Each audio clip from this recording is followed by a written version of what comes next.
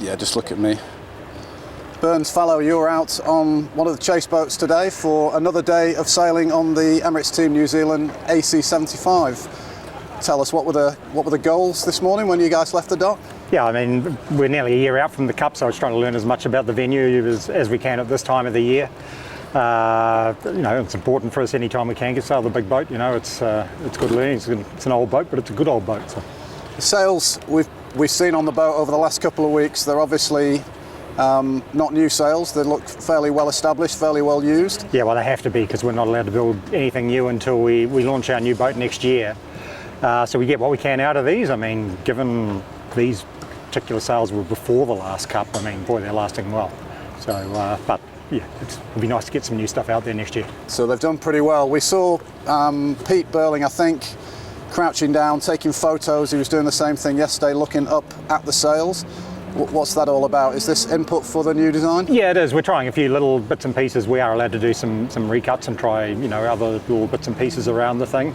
I was actually on board yesterday when Pete was doing that. He said off. I wanted to get up and have a look around, and I politely declined. So I'm more than happy for him to do that sort of work for me. Now, these boats, in terms of the sail design, where do you think we're going to go for this next Cup? Is it going to look radically different to what we've seen before? No, I don't think radically different. I mean, the rules themselves aren't allowing, in fact, they're more restrictive than they were last time. Code zeros and things like that. I mean, there are differences in the boats with the new foil arms and the stiffness of the boats coming down and things like that. So those are factors which will affect the subtleties of our design, and obviously a different venue, so you're targeting different sorts of wind ranges due to what we expect. Although I've been here for 2 weeks, and I think you expect to have everything.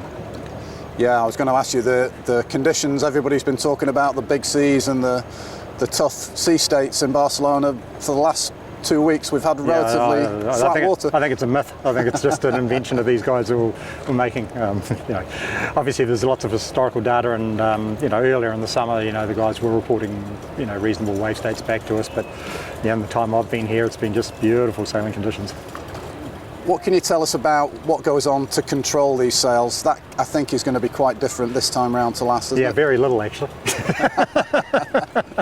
That's one of the fun things when everyone will launch their new boats is seeing what solutions people have come up with. We saw it in the last Cup cycle with who had booms, who had no booms, clue boards, whatever, and each team will go down their own path. I mean, the boat in the background there, the 40, was obviously something pretty similar to what we had on Taurua Tide during the Cup, but it's up to everyone to decide what's best for their own needs.